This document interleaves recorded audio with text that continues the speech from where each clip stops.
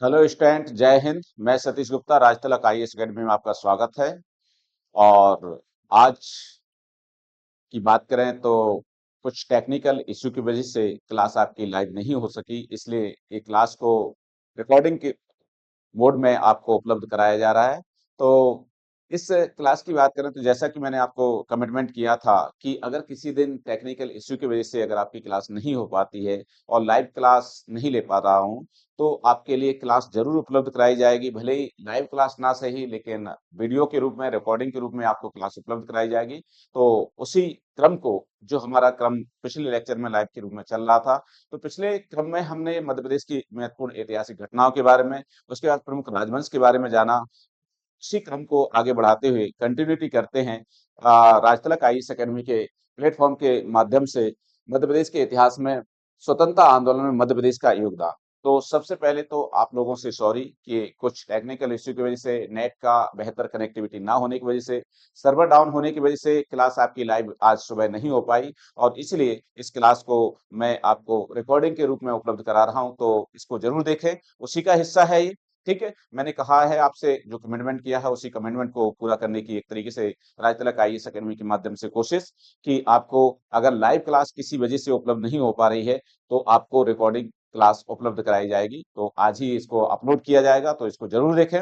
और अगर आपको ये क्लास अच्छी लगे तो प्लीज इसको, हमारे जो लाइव चैनल चल रहा है राजतलक आईएएस अकेडमी, ऑनलाइन क्लासेस चल रही हैं, तो इसको सब्सक्राइब जरूर करें, ज्यादा से ज्यादा लोगों को शेयर करें और लाइक करें। बेल आइकन पर बटन दबाएं ताकि आपको सबसे पहले इसका मैसेज मिल पाए। तो कभी कभार ऐसा होता है, देखिए कारण ये है कि वर्चुअल क्लास में यही होता है। मैनुअल क्लास में हम अपने तरीके से क्लास का कैसे भी अरेंजमेंट हो जाता है, लेकिन वर्चुअल में जब तक टेक्निकल चीजें आपके साथ काम नहीं कर रही, कई बार लाइट की समस्या हो जाती है, कई बार नेट की समस्या हो जाती है, कई बार कुछ टेक्निकल इशू आ गया, जैसे मान के चलिए लैपटॉप सही तरीके से काम नहीं कर रहा है या कंप्यूटर सही तरीके से सिस्टम काम नहीं कर रहा है, बहुत सारी चीजें होती हैं। तो इस वजह से लेट लतीफ हो सकती है, लेकिन ऐसा नहीं होगा कि क्लास ना हो। ठीक है, तो ये चीजें आपको उपलब्ध कराई जाती हैं। तो बिल्कुल कहना चाहिए आप इस लाइव सेशन भले ही नहीं, लेकिन लाइव जैसा ही है, रिकॉर्डिंग क्लास के रूप में आज आपको प्रोवाइड करवाया जा रहा है।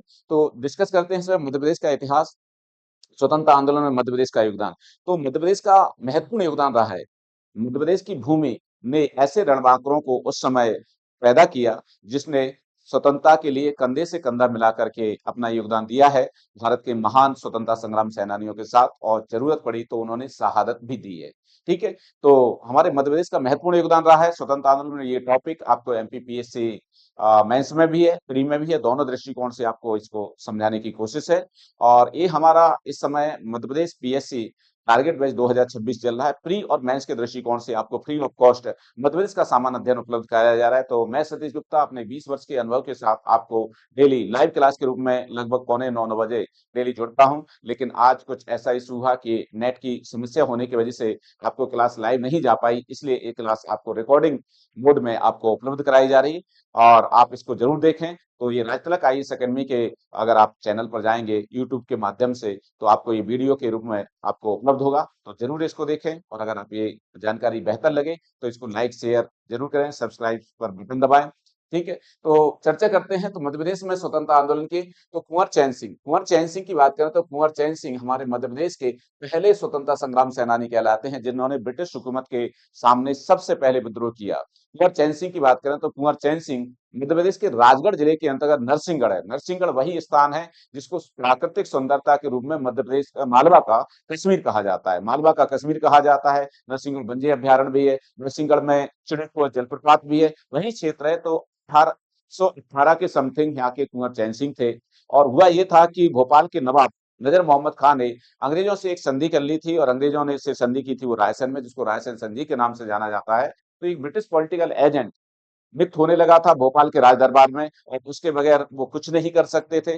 भोपाल का नवाब, उससे पूछकर ही करना होता था। साथ में उसको राजनीतिक अधिकार मिल गए थे कि वो इस आसपास के क्षेत्र में अफीम की खेती करवाने की अनुमति देने लगा था। सीहोर में एक सैनिक छावनी गठित की गई थी। लेकिन ये जो छोटी सी रियासत थी, जिसका नाम नरसिंहगढ़ है, ये अपने स्वाभिमान के लिए जानती थी, और वो इस संधि को नहीं मानती थी। उन्होंने कहा कि हम संप्रभु शासक हैं, स्वायत्ता के रूप में हमारा शासन है, और स्वतंत्रता के रूप में शासन है, और हम किसी अंग्रेज के अधिकारी के कहने पर अपने यहाँ अफीम की खेती की अनुमति नहीं देंगे, और अगर करवाएंगे भी तो हम करवाए रहेंगे, ठीक है, इसमें उसका कोई रोल नहीं रहेगा। और इस वजह से वो उसको नहीं मानता था। इसी बात को लेकर के विरोध हुआ और विद्रोह की स्थिति बनी।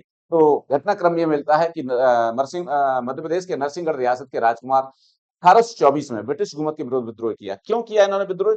जब वो नहीं मानते थे तो कुटिल चाल चली गई ब्रिटिश हुकूमत द्वारा। ब्रिटिश हुकूमत द्वारा क्या कुटिल चाल चली गई? फूट डालो और शासन करो की नीति। कुंवर चैन सिंह के राज दरबार में दो उनके राज दरबारी थे, ठीक है, दो राज दरबारी थे। और उस समय जो ब्रिटिश सैनिक छावनी थी सीहोर में, वहां का जो अधिकारी था मैडॉक, उसने कुछ घूस दे करके, कुछ रिश्वत दे करके अपनों उनको जो राज दरबारी थे वो अपनी तरफ मिला लिए, और वो राज दरबार की गुप्त जानकारियां किसको भेजा करते थे?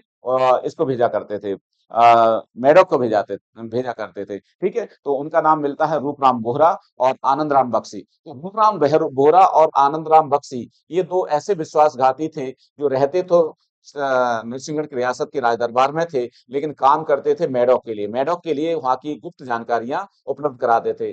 जब इसकी भनक कुंवर चैन सिंह को लगी कि ये दोनों विश्वासघाती मेरे राज दरबार में रहते हैं और ये अंग्रेज अधिकारी को जानकारी भेजती है, तो दोनों को उन्होंने क्या किया? इन दोनों को मौत के घाट उतार दिया, मौत के घाट उतार दिया। और इसी को लेकर के बाद में घटनाक्रम आगे बढ़ा। और चूंकि जब मौत के घाट उतार दिया, तो ये जो मैडॉक था, जो सीहोर में ब्रिटिश सैनिक छावनी में अपदस्थ था, तो ब्रिटिश सैनिक छावनी में सॉरी पदस्थ था, तो उससे इसका कनेक्शन, वहां का कनेक्शन टूट गया। मतलब वहां से कोई जानकारी मिलती नहीं थी। हुआ ये कि 18 जून 1824 को कुंवर चैन सिंह को मेडोक ने कहा बुलाया? मेडोक ने बुलाया उनको भोपाल की बैरासिया छावनी थी, वहां पर बुलाया। 18 जून 1824 को दल बल के बाद साथ आए, ठीक है।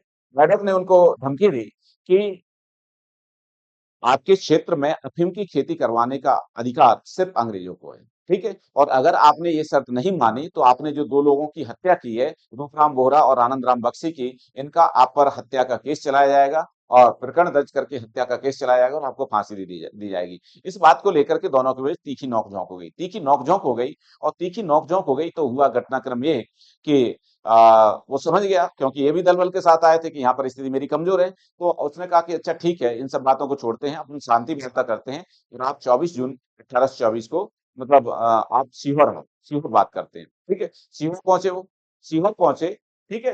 अब बातों में आ गए तो उनके साथ हिम्मत खां, बहादुर खां, दो उनके अंगरक्षक थे जो सारंगपुर के थे, और एक उनके साथ वफादार कुत्ता था जिसका नाम शेरू था। इनके साथ पहुंच करके वो पहुंचे, ठीक है। जैसे ही वो मेढक के सामने पहुंचे, तो मेढक टेबल पर बैठा कुछ लिख रहा था, ठीक है। चूंकि क्षत्रिय थे तो दोनों साइड दो तलवारें लगा करके चलते थे। तो मेढक ने उनसे कहा कि आप पहले शस्त्र जमा कर दीजिए, उसके बाद बात करेंगे। तो उन्होंने एक तलवार निकाल करके जमा कर दी, ठीक है। मेढक बोला दूसरी भी तलवार जमा करो, तो वो बोले मैं क्षत्रिय हूँ, और क्षत्रिय कभी निशस्त्र नहीं रहता, कोई ना कोई शस्त्र उसके कमर में बंधा रहता है, और ये हमारी परंपरा है, और ये हम परंपरा का निर्वहन कर रहा हूँ, तो एक तलवार तो मेरे पास रहेगी, ठीक है। इसी बात को लेकर के तीखी नोकझोंक हो गई, तीखी नोकझोंक हो गई। तो वो पहले से मनोस्थिति बना चुका था, मेढक मनोस्थिति बना चुका था कि किसी तरीके से कुंवर चैन सिंह को गिरफ्तार करके और उस उनको फांसी देना है, हत्या करना है। इस तरीके का उसका पहले से ही माइंड सेट था। जब उन्होंने तलवार जमा नहीं की, तो तीखी तीखी नोकझोंक हो गई, तीखी नोकझोंक हुई। तो उसने मेढक ने अपने सैनिकों को आदेश दे दिया कि कुंवर चैन सिंह को गिरफ्तार कर लो। जैसे ही गिरफ्तार करने का आदेश दिया, तो कुंवर चैन सिंह ने जो तलवार लगाए थे, उसी से उस पर, मेढक पर प्राण घातक हमला किया। बलबल बचा बलबल बचा, और वहां से भाग निकला तो दशहरा का मैदान है सीहोर जिले में, सीहोर शहर जो है उसका दशहरा का मैदान है, उधर की ओर भागा। तो कुंवर चैन सिंह ने अपना घोड़ा भी उसके पीछे लगा दिया। कुंवर चैन सिंह और उनके दो साथी बहादुर खां और हिम्मत खां, और साथ में बात करें तो उनके वफादार कुत्ता शेरू।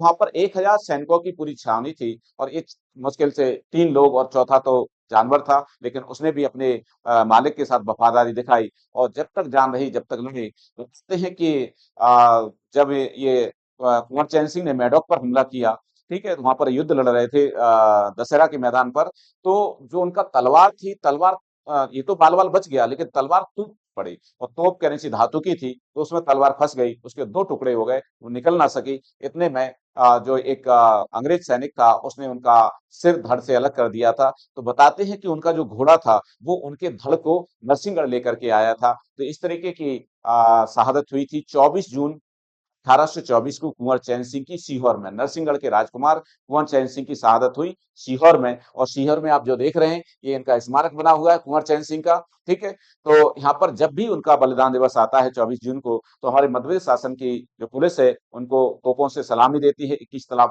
तोपों से सलामी दी जाती है। तो 2015 से लगातार तोपों से सलामी दी जाती है। आप देख रहे हैं, ये सैनिक खड़े हुए हैं। तो बलिदान दिवस के समय का फोटो है, ठीक है। तो बलिदान दिवस जब भी मनाया जाता है, तो तोपों से सलामी दी जाती है। तो एकमात्र ऐसा स्मृति स्थल है कुंवर चैन सिंह का हमारे सीहोर जिले के दशहरा मैदान में, जहां पर मध्य प्रदेश की जो पुलिस है, उनको तोपों से सलामी देती है, ठीक है। तो चूंकि इन्होंने सबसे पहले विद्रोह किया था, और इसलिए ये मध्य प्रदेश के मंगल पांडे के नाम से भी जाने जाते हैं। उपनाम के रूप में हम कुंवर चैन सिंह को मध्य प्रदेश का मंगल पांडे कहते हैं, मध्य प्रदेश का प्रथम शहीद कहते हैं। तो ये कुंवर चैन सिंह के बारे में इतनी जानकारी, ये पूरी जानकारी आपको दिख रही है। ये जानकारी को आप इस तरीके से ध्यान रख सकते हैं, ठीक है। अगर आप इसी तरीके की जानकारी और कंटेंट चाहते हैं, तो आपको हमारे राजतिलक आईएएस एकेडमी के ऑनलाइन क्लास में एडमिशन लेना पड़ेगा। उन बच्चों को ये प्रोवाइड करवाई जा रही है। और जो बच्चे लाइव के रूप में जुड़ रहे हैं, फ्री ऑफ कॉस्ट के रूप में लाइव सेशन के रूप में जुड़ रहे हैं, उनको केवल लेक्चर ही उपलब्ध कराया जा रहा है। तो अगर आप वाकई अपनी एमपीपीएससी 2026 की बेहतर तरीके से तैयारी करना चाहते हैं, तो मेरा आप लोगों से रिक्वेस्ट है कि आप राजतिलक आईएएस एकेडमी में एडमिशन ले सकते हैं। प्री और मेंस दोनों की ऑनलाइन क्लास उपलब्ध है आपके लिए, और न्यूनतम शुल्क के साथ है, साल भर की यानी कि 12 महीने की सिर्फ 12,000 रुपए फीस ली जा रही है। उसके साथ ये तैयारी करवाई जा रही है, उसमें इस पूरा कंटेंट भी आपको प्रोवाइड करवाया जाएगा। तो इस तरीके से आपको कुंवर चैन सिंह के बारे में ध्यान रखना है। तो कुंवर चैन सिंह के बारे में ये पूरी जानकारी मैंने आपको दी। अगला जो विद्रोह हुआ, वो हुआ 1842 में। हम यहाँ पर पढ़ रहे हैं, मध्य प्रदेश का स्वतंत्र आंदोलन, यानी कि राष्ट्रीय स्वतंत्र आंदोलन में मध्य प्रदेश का क्या योगदान रहा। और ये टॉपिक आपका प्री में भी और मेंस में भी है। तो ये जो टॉपिक आपको मैंने दिया है, जैसे ये आपको जो जानकारी दी है, तो अगर मान के चलिए आपसे आ जाता है कि कुंवर चैन सिंह पर संक्षिप्त टिप्पणी लिखिए, तो पर्याप्त रूप से 60 शब्दों में अगर 7 नंबर का ये क्वेश्चन आता है, तो इस तरीके से आप लिख सकते हैं। बेहतर जानकारी है इसमें, कहीं कोई दिक्कत नहीं है। अगला विद्रोह की बात करें, तो अगला विद्रोह है बुंदेला विद्रोह। तो बुंदेला विद्रोह भी आप देखेंगे कि एमपीपीएससी में पहले भी पूछा जाता रहा है। क्यों हुआ विद्रोह, पूरा घटनाक्रम समझते हैं। बुंदेला विद्रोह, तो बुंदेला विद्रोह हुआ 1842 में। किस किसने किया? राजपूत जागीरदारों ने, सामंतों ने, गौड़ों ने और लोधी राजाओं ने, ठीक है। और बुंदेला शासकों ने, इन्होंने जमींदार जागीरदारों ने ये विद्रोह किया, ब्रिटिश हुकूमत के विरुद्ध किया। क्यों किया ब्रिटिश हुकूमत के विरुद्ध? कारण ये था कि 1818 में स्थापित हो चुका था क्या? नर्मदा टेरिटरी क्षेत्र। नर्मदा सागर टेरिटरी जो क्षेत्र स्थापित किया गया था, यानी कि ब्रिटिश शासित प्रांत था एक तरीके से ये, 1818 में स्थापित किया गया। यहाँ पर एक अधिकारी, इसका जो प्रारंभिक मुख्यालय रखा गया था, वो रखा था कहाँ? सागर में रखा गया था। तो प्रारंभिक मुख्यालय इसका सागर में रखा गया था, और यहाँ पर ब्रिटिश अधिकारी नियुक्त होता था, और ब्रिटिश अधिकारी यहाँ करता था, भारी मात्रा में लगान वसूला करता था। तो यहाँ के जो क्षेत्रीय शासक थे, यानी कि जो बुंदेला राजवंश से जुड़े हुए जो सामंत जागीरदार थे, लोधी वंश से जुड़े थे, गौड़ से थे, तो इस टाइप के जो सामंत जागीरदार थे, ये कैसे हो गए थे? ये एक तरीके से शक्तिहीन हो गए थे, कठपुतली जैसे बन के रह गए थे। साथ में एक घटनाक्रम और हुआ कि 1830 के लगभग एक अधिकारी नियुक्त किया गया, जिसका नाम था मार्टिन बर्ड। और मार्टिन बर्ड ने क्या किया कि मार्टिन बर्ड ने इस क्षेत्र में कर में वृद्धि कर दी, और कर में वृद्धि थोड़ी बहुत नहीं की, लगभग 20 से 66% कर में वृद्धि कर दी, ठीक है। जो भी लगान वसूला जाता था, उसमें इतनी 20 से 66% वृद्धि कर दी गई, ठीक है। 20 से 66% वृद्धि कर दी गई, यानी कि पहले जो कर लिया जाता था, जैसे मान के चलिए किसी ने 1,000 रुपए का कोई उत्पादन किया, खाद्यान्न उत्पादन किया, तो उसमें 10 रुपए लिए जाते थे, मतलब 100 रुपए लिए जाते, 10% लिया जाता था। लेकिन इसको बढ़ा करके कितना कर दिया था? 20 से 66% कर दिया था। यानी कि अगर कोई 1,000 रुपए कमा रहा है, तो उसको 200 रुपए से लेकर के 660 रुपए तक उसको लगान के रूप में भरना पड़ेगा। तो फिर बचेगा क्या? तो इसी को लेकर के विरोध था, और इसी को लेकर के विद्रोह हुआ। तो विद्रोह किया गया, विद्रोह की जो शुरुआत की गई, विद्रोह का जो ताना बाना रचा गया, वो रचा गया जैतपुर के शासक राजा पारीक्षत द्वारा। राजा पारीक्षत ने किया ये कि 1841 में उन्होंने क्या किया? बुढ़वा मंगल का आयोजन किया। बुढ़वा मंगल, आज भी बुंदेलखंड में ये बुढ़वा मंगल का आयोजन होता है।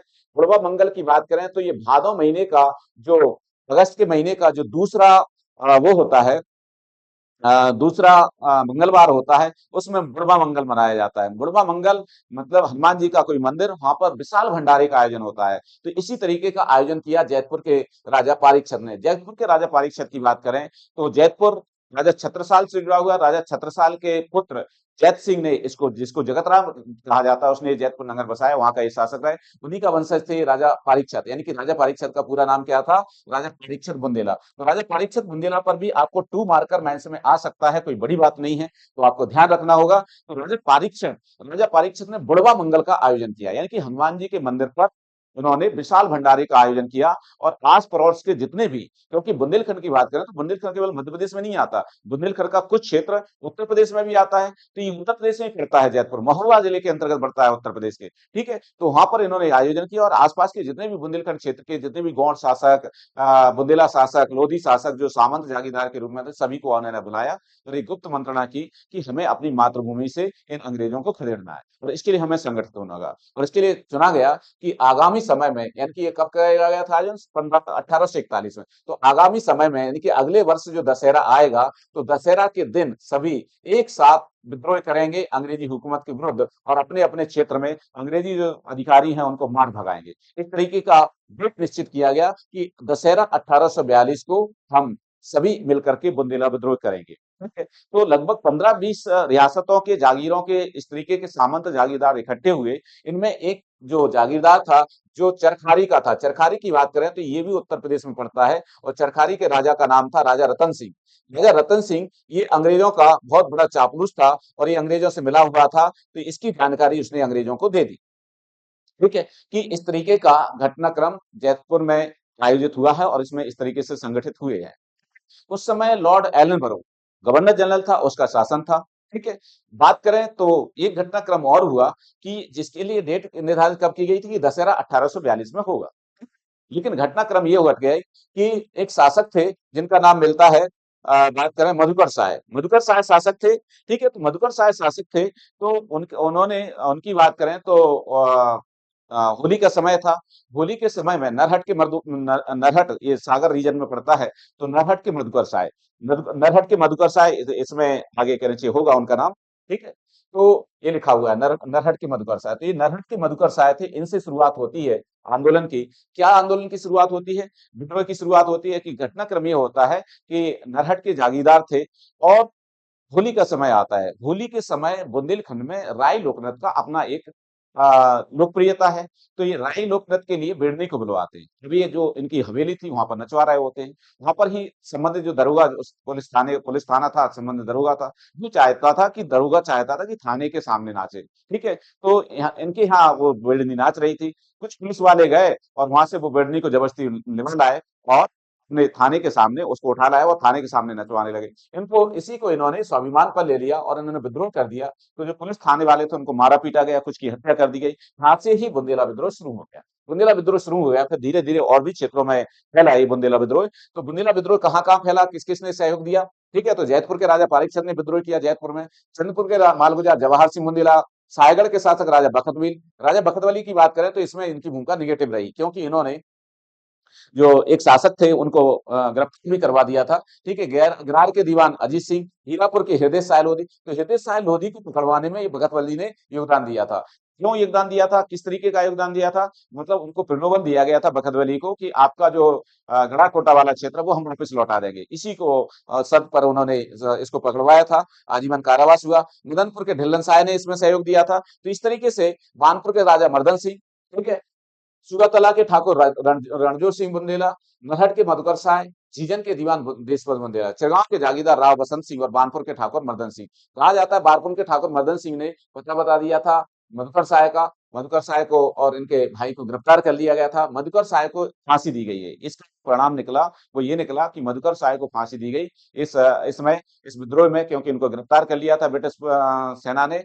और इनको फांसी दी गई सागर में पर्टिकुलर एरिया है गोपालगंज, वहां इनका स्मृति स्थल बना हुआ है। इतनी जानकारी आपको मधुकर साय के बारे में रखना है, जो नरहट के शासक थे, इनको फांसी दी गई है। एक बार एमपीपीएससी ने पूछा भी है कि बुंदेला विद्रोह में कौन से शासक को, कौन से जागीरदार को फांसी दी गई थी, तो वो थे नरहट के मधुकर साय, ठीक है। जीजन के देशवान बुंदेला ने, चिरगांव के राव बसंत सिंह ने और बानपुर के ठाकुर मर्दन सिंह ने, तो दो लोगों की भूमिका इसमें नेगेटिव रही है। हालांकि 1857 की क्रांति में इन्होंने अंग्रेजों के विरुद्ध युद्ध लड़ा है और शहीद हुए हैं। सायगढ़ के शासक बखतबली भी, उनका जो सेनापति था बोधन हुआ वो भी, और ये जो बानपुर ललितपुर के जो शासक थे राजा मर्दन सिंह बुंदेला, इन्होंने भी 1857 की क्रांति के समय झांसी की रानी लक्ष्मी का साथ दिया है। लेकिन 1842 की बात करें तो 1842 का जो बुंदेला विद्रोह हुआ था, उनमें तीन शासकों की नेगेटिव भूमिका रही है। एक तो चरखारी का शासक राजा रतन सिंह, चरखारी उत्तर प्रदेश में पड़ता है। दूसरा बानपुर उत्तर प्रदेश का ललितपुर के अंतर्गत पड़ता है, वहां के शासक मर्दन मर्दन सिंह बुंदेला।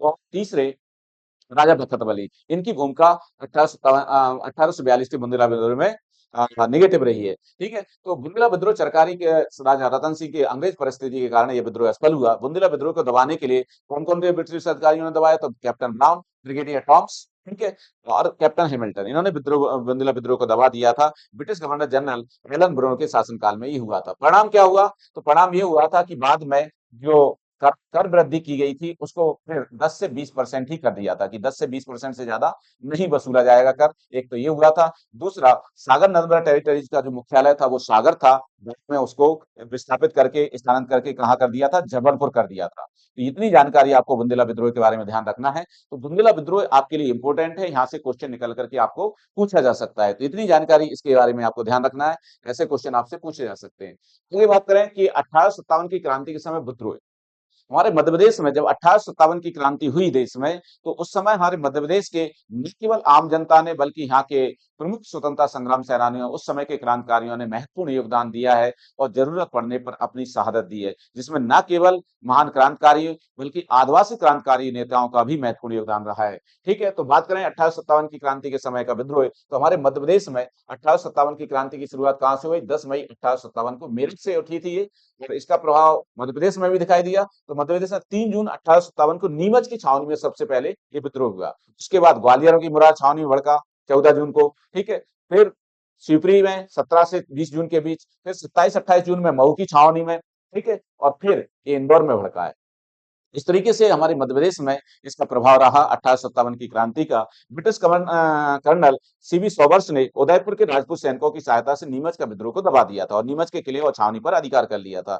ग्वालियर की मुराद छावनी में विद्रोह का सामना British political agent major McPherson ने किया था। ठीक है, मैकफरसन की बात करें तो आगरा क्षेत्र भी इसके अंडर में था, तो इसने भी इसका विद्रोह का सामना किया है, ऐसी जानकारी मिलती है। ठीक है, शाह आदत खां, आप देख रहे हैं शाह आदत खां के बारे में भी क्वेश्चन आपसे पूछा जाता है। मालवा का ये 1857 की क्रांति का प्रमुख विद्रोही जिसकी शहादत हुई है 1874 में आगरा में। ठीक है, पूरा घटनाक्रम जानते हैं। तो शाह आदत खां की बात करें तो ये होलकर सेना का तोपची था। ठीक है, 1 जुलाई 1857 को इंदौर की होलकर सेना के तोपची बात करें तो शाह आदत खां ने विद्रोह कर दिया। इसके और साथी थे, तो साथियों की बात करें तो जैसे वंश गोपाल, ठीक है, भागीरथ सिलावट, ये इसके प्रमुख साथी थे। ठीक है, सरदार खान इसका चाचा था। तो सरदार खान और भागीरथ सिलावट, ये इसके प्रमुख संग साथी रहे हैं जिन्होंने ये विद्रोह किया है। तो क्वेश्चन यहां से निकल कर भी आपको सामने आ सकता है। ठीक है, तो 1 जुलाई 1857 को तो इन्होंने देखा कि सब जगह मुरार में, नीमच में, ठीक है, महू में, सब जगह विद्रोह करने वाले विद्रोही सफल हो रहे हैं। तो इसके मन में भाव आया, क्यों ना हम अपने मालवा क्षेत्र को, इंदौर क्षेत्र को ब्रिटिश हुकूमत से मुक्त करवा दें। तो रेसिडेंसी क्षेत्र जहां आज आपका पीएससी वाला पीएससी आयोग का मुख्यालय है, तो उसी क्षेत्र में रेसिडेंसी इसलिए नाम पड़ा था। 1817 में जो इंदौर के शासक के साथ जो संधि हुई थी, तो ब्रिटिश पॉलिटिकल एजेंट इंदौर के होलकर राज्य में पदस्थ होता था, राजनीतिक निर्णय लेता था, तो उसको रहने के लिए ये रेसिडेंसी बना था। तो इसी में अधिकारी रहते थे। तो 1857 की क्रांति के समय कर्नल ड्यूरेंट यहाँ पर रहा करता था। उसके साथ उसका जूनियर था ट्रेवस, वो भी रहा। साथ में यहाँ पर शाही खजाना को भी ब्रिटिश हुकूमत ने छुपा करके रखा था। तो 1 जुलाई 1857 को सुबह-सुबह की बात है, 7-8 बजे का समय था। 15-20 घुड़सवारों के साथ ये सादत खां जो होलकर सेना का तोपची था, उस समय 1857 की क्रांति के समय इंदौर के होलकर शासक थे जिनका नाम मिलता है तुकजीराव होलकर द्वितीय, तो उनका तोपची था ये, लेकिन विद्रोह कर दिया था, बगावत कर दिया था। तो 1 जुलाई 1857 को सुबह-सुबह ये ड्यूरेंट मेज पर बैठा-बैठा कुछ लिख रहा था। ठीक है, और ये सादत खां 15-20 घुड़सवारों के साथ, जिसमें इसके संग साथी थे इसका चाचा सरदार खान, ठीक है, इसका साथी भगीरथ सिलावट, वंश गोपाल, ये लोग 15-20 घुड़सवारों के साथ रेसिडेंसी के दरवाजे पर पहुंचे और इन्होंने पहली दो तोप दागी। पहली तोप दागी तो जो रेसिडेंसी का दरवाजा वहां पर जाकर के गिरी।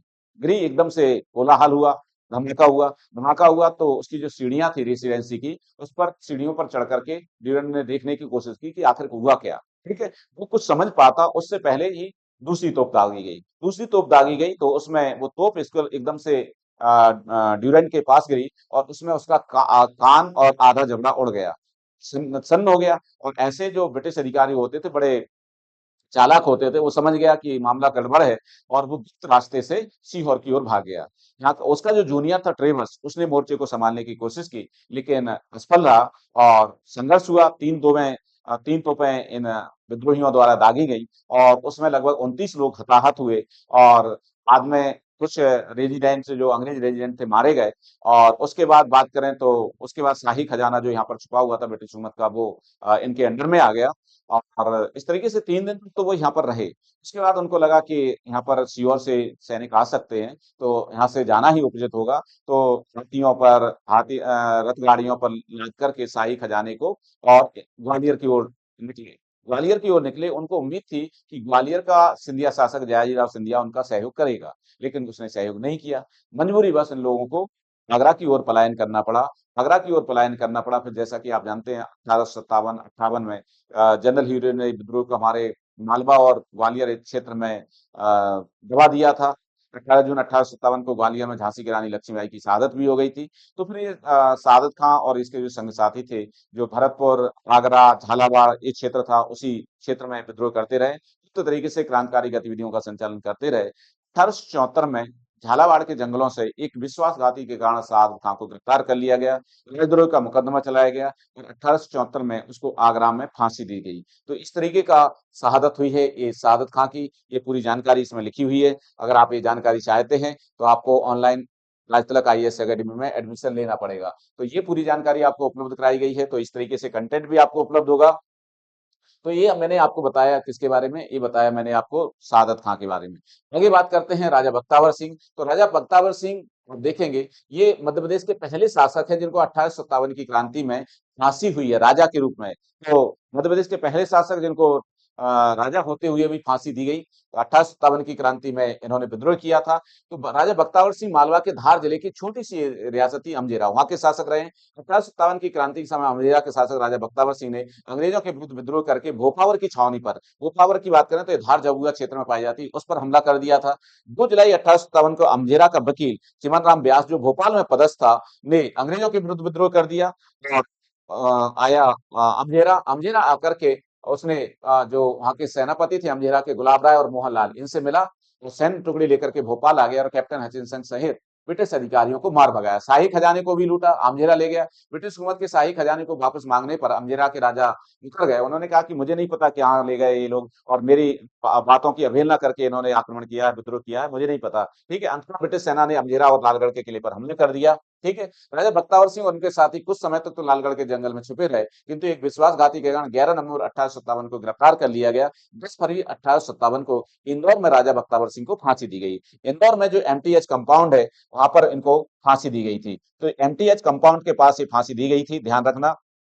ये एमटीएच कंपाउंड ये कहाँ पर है? ये कंपाउंड इंदौर में है। तो इंदौर में 10 फरवरी 1858 को राजा बख्तावर सिंह जो अमझेरा के शासक थे, उनको फांसी दी गई। इतनी जानकारी आपको अमझेरा के शासक राजा बख्तावर सिंह के बारे में ध्यान रखना है। देख रहे हैं, ये हैं हमारे बघेलखंड के प्रमुख विद्रोही 1857 की क्रांति ये विद्रोही, जिनका नाम है ठाकुर रणमत सिंह। ठाकुर रणमत सिंह की बात करें तो 1857 की क्रांति के सतना जिले के मनकहरी में इनका जन्म हुआ। ठाकुर रणमत सिंह के, इनके पिता का नाम महिपाल था और महिपाल जब राजा विश्वनाथ सिंह का शासन था तो उनके शासनकाल में सरदार सरदार का दर्जा प्राप्त था। उनकी मृत्यु के बाद जब रघुराज प्रताप सिंह का शासन रहा तो वही दर्जा जो इनके पिता को मिला था, वही दर्जा रीवा के राज दरबार में ठाकुर रणमत सिंह को था।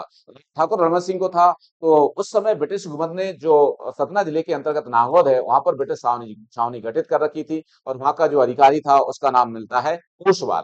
ठीक है, तो ओसवाल मिलता है। तो ओसवाल की बात करें तो ओसवाल ये एक ऐसा शासक था जो भारतीयों पर एक तरीके से यातनाएं देने के लिए जाना जाता था। कुख्यात था, आम जनता में ये लोकप्रिय थे, काकू के नाम से प्रसिद्ध थे। तो आम जनता आकर के इनको अपना दर्द सुनाती थी और इसलिए इनके मन में विद्रोह का भाव था, ब्रिटिश हुकूमत के विरुद्ध विद्रोह का भाव था। जब 1857 की क्रांति में सभी जगह सर्वत्र जगह विद्रोह हो रहा था, तो इन्होंने भी अपने बिंद क्षेत्र, अपने बघेलखंड क्षेत्र को अंग्रेजों से मुक्त कराने के लिए विद्रोह कर दिया।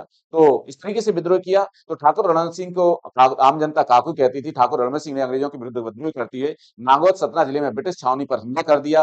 बाद में जो ब्रिटिश रेजिडेंट्स थे वो अजयगढ़ के किले, पन्ना पन्ना जिले में जो अजयगढ़ का किला, वहां छुप गए, वहां पर भी हमला कर दिया और वहां पर भी उन्होंने उनको मार भगाया। ठाकुर रणजीत सिंह उस समय तात्या टोपे से संपर्क करना चाहते थे, लेकिन ऐसा हो नहीं पाया। ठीक है, संपर्क नहीं हो पाया। ठाकुर रणजीत सिंह वर्ष 1859 में अंग्रेजों से संघर्ष करते हुए चित्रकूट, बांदा, अजयगढ़, सोहागपुर के जंगलों में छिपे रहे, किंतु एक विश्वासघाती के कारण जब वो अपने मित्र विजय शंकर के यहाँ रुके हुए थे, ज्वाला देवी का मंदिर था उसके तह खाने में, उसी समय उनको गिरफ्तार कर लिया गया। गिरफ्तार करने के बाद उन पर राजद्रोह का मुकदमा चलाया गया। 1859 में उनको आगरा में फांसी दी गई है। ठीक है, तो बघेलखंड के प्रमुख विद्रोही जिनको आगरा में फांसी दी गई है। ठीक है, तो इस तरीके से ये ठाकुर रणजीत सिंह के बारे में आपको पढ़ना है और मेंस के दृष्टिकोण से ये कंटेंट आपको उपलब्ध कराया जा रहा है। प्री में भी आपको काम आएगा। राजा शंकर साय और रघुनाथ साय। शंकर साय एक इम्पोर्टेंट शासक हो जाते हैं, क्रांतिकारी हो जाते हैं, क्योंकि ज्यादातर हमने ये देखा कि एमपीपीएससी इनसे संबंधित क्वेश्चन पूछ रहा है और इसलिए ये टॉपिक इंपॉर्टेंट हो जाता है। तो शंकर साय और उनके पुत्र रघुनाथ साय कैसे शहादत हुई? तो शंकर साय के पिता 1817 में उनका देहांत होता है। 1817 में देहांत होता है, नाम रहता है सुमेध सिंह, सुमेध साय। तो सुमेध साय का 1857 में देहांत होता है, क्योंकि ब्रिटिश हुकूमत ने सागर नर्मदा टेरिटरी तो पहले से ही घोषित कर रखा था। गोंडवाना राज्य की रियासतों को, जागीरों को भी इन्होंने छीन लिया। तो 21 जागीरें उन्होंने छीन ली थी। राजा शंकर साय को शासक घोषित नहीं किया था। सुमेध साय की मृत्यु के बाद उन्होंने वो रियासतों भी अपनी ब्रिटिश हुकूमत में बुला ली थी। उसके बाद नागपुर पर अपना कंट्रोल करना चाहते थे। नागपुर पर कंट्रोल करना चाहते थे, तो चूंकि शंकर साय भले ही राजा नहीं रहे, ठीक है, मतलब एक वंशज ही माने जाते हैं, उत्तराधिकारी माने जाते हैं सुमित साय के, लेकिन उनका अपने गौड़ समुदाय में अच्छा खासा प्रभाव था, क्योंकि गौड़ राजा हमेशा प्रजा हितैषी रहे। तो देवताओं की तरह पूजती रही है गौड़, जो जनता रही है, भोई गोटिया वगैरह रहे हैं, तो ठीक है, तो इसलिए प्रभाव था। नागपुर क्षेत्र भी इनके अंडर में आता था, उस समय गौड़ रियासत का शासन क्षेत्र रहा है वो। ठीक है, तो अब नागपुर पर विजय प्राप्त करना चाहते थे और शंकर साय के बगैर ये संभव नहीं था। तो अंग्रेज अधिकारी था नागपुर में जो पदस्थ था, जिसका नाम मिलता है हार्डीमैन, उसने प्रलोभन दिया शंकर साय को कि आप जो नागपुर का भोंसले शासक है उसको पराजित करने में अगर आप हमारा साथ दोगे तो हम आपकी जो 21 जागीरें हमारे पास हैं वो आपको लौटा देंगे। इस प्रलोभन में आ गए और सीताबर्डी का युद्ध होता है दिसंबर 1817 में। और उस युद्ध में ब्रिटिश हुकूमत नागपुर के भोंसले शासक को पराजित कर देती है, क्योंकि अप्रत्यक्ष तरीके से शंकर साय भी उसमें सहयोग करते हैं। ठीक है, अब उसके बाद नागपुर रियासत कंट्रोल में आ जाती है ब्रिटिश हुकूमत के। हार्डीमैन से ये दावा करते हैं शंकर साय की, भाई कहना चाहिए आपने जो बात कही थी 21 जागीरें लौटाने की, वो लौटाइए। लेकिन वो बातों से बदल जाता है, मुकर जाता है और केवल 3 जागीरें ही देता है, 21 में से 3 जागीरें देता है। और इसलिए शंकर साय और उनके पुत्र रघुनाथ साय में एक विद्रोह का भाव था कि ये इन्होंने हमसे चीटिंग की, ठीक है, हमने इनका साथ दिया और बाद में ये बातों से मुकर गए और इसलिए विद्रोही गतिविधियों से संलग्न रहे। 1842 में शंकर साय और उनके पुत्र रघुनाथ साय ने अपने जो गोटिया दल थे, जो भोई गोटिया, जो गांव के जागीरों के छोटे-छोटे समुदाय के मुखिया थे, उनका बैठक बुलाई बरगी के जंगलों में। जबलपुर में बरगी नदी है, नर्मदा नदी की सहायक नदी है, जहाँ बरगी डैम बना है। तो बरगी के जंगलों में उन्होंने क्या मंगवाई, बुलाई एक मीटिंग बुलवाई, बैठक बुलवाई। उसमें उन्होंने गोटिया दल का गठन किया और कसम खाई कि हमें अपनी मातृभूमि से इन फिरंगियों को भगाना है। ठीक है, हमारी सत्ता पुनः स्थापित करना है और गुप्त तरीके से क्रांतिकारी गतिविधियों का संचालन करते रहे। गुप्त तरीके से क्रांतिकारी गतिविधियों का संचालन करते रहे। घटनाक्रम आगे बढ़ा। सितंबर 1856 की बात है। सितंबर 1856 में तो इनकी कुलदेवी थी, जिनका नाम मिलता है माँ भवानी। तो नवरात्रि का समय था, नवदुर्गा का समय था। तो इन्होंने अपनी माँ कुलदेवी जो इनका महल था गढ़पुरवा, उसमें ये रहते थे। तो इन्होंने अपनी कुलदेवी देवी के सामने एक गौड़ी भाषा में, क्योंकि राजकीय भाषा इनकी गौड़ी थी, तो गौड़ी भाषा में लिखित अर्जी लगाई, भोजपत्र पर लिखित अर्जी लगाई। और उसका भावार्थ कुछ इस तरीके से था कि हे माँ दुर्गा भवानी, तू चंडी का स्वरूप धारण कर और ये जो मलेच्छ है, जो अंग्रेज हमारे आक्रांता हमारे मातृभूमि पर काबिज होकर के बैठ गए, इनको चबा करके खा जाए, इनका संहार कर दे। इस तरीके की बातें उसमें लिखी थी। कारण ये कि 9 दिन बीतने के बाद अगर उसको विसर्जित कर देते तब तो कोई बात नहीं थी, लेकिन उन्होंने विसर्जित नहीं किया, बल्कि उन्होंने क्या किया कि जो उनका शयन कक्ष था, मतलब जो बेडरूम था शंकर साय का, उसी में रेशमी थैला में वो अर्जी को रख दिया। इनका एक सेवादार था जिसका नाम मिलता है खुशाल चंद। तो खुशाल चंद को किसी कोई उसने गलती कर दी थी जिसकी वजह से इन्होंने अपने राजमहल से निकाल दिया। वही खुशाल चंद जाकर के उस समय ब्रिटिश अधिकारी पदस्थ था जबलपुर में, जिसका नाम मिलता है किलार, उसके पास गया और उसने ये भेद खोल दिया कि राजा शंकर साय और उनके पुत्र रघुनाथ साय अंग्रेजी हुकूमत के विरुद्ध षड्यंत्र रच रहे हैं। बोले क्या षड्यंत्र रच रहे हैं? बोले मैंने एक पर्ची देखी, एक अर्जी देखी। बोले कहाँ है? बोले उनके महल में। तो अचानक किलार उस पर छापा मार देता है। छापा छानबीन में वो अर्जी मिल जाती है। अर्जी मिल जाती है, अब चूंकि गौड़ी भाषा में लिखी रहती है तो अंग्रेजों को समझ में तो आती नहीं। ठीक है, तो उस समय ब्रिटिश कर्मचारी था जिसका नाम था अर्चिकर। तो वो काफी लंबे समय से वहां सेवाएं दे रहा था, तो वो गौड़ी भाषा को समझता था, तो उससे अंग्रेजी में अनुवाद करवाया। अंग्रेजी में अनुवाद करवाया तो उसमें इस टाइप की बातें तो लिखी थी, बातें लिखी थी। तो उसी को आधार बना करके उसी को आधार बना करके राजा शंकर साय और उनके पुत्र रघुनाथ साय पर राजद्रोह का मुकदमा चलाया गया, और राजद्रोह का मुकदमा चला करके उनको फांसी की सजा सुनाई गई। अगर फांसी देती ब्रिटिश हुकूमत तो उस क्षेत्र में, चूंकि उनका अपना एक प्रभाव था, आम जनता देवता की तरह पूजती थी, तो इसलिए विद्रोह हो सकता था और अंग्रेजों को भागना पड़ सकता था। इसलिए उनको 18 सितंबर 1858 को उनको दोनों पिता पुत्र को रात्रि में तोप से मुंह बांध करके उड़ा दिया गया था। तो इस तरीके से राजा शंकर साय और उनके पुत्र रघुनाथ साय की शहादत हुई है। जब इस तरीके का घटनाक्रम को अंजाम दिया गया तो शंकर साय की रानी थी जिसका नाम मिलता है फूल कुंवरी, और जिस रानी के पति को और पुत्र को इस तरीके से निर्मम हत्या कर दी जाए तो कौन सी महिला है जो शांत बैठ जाती।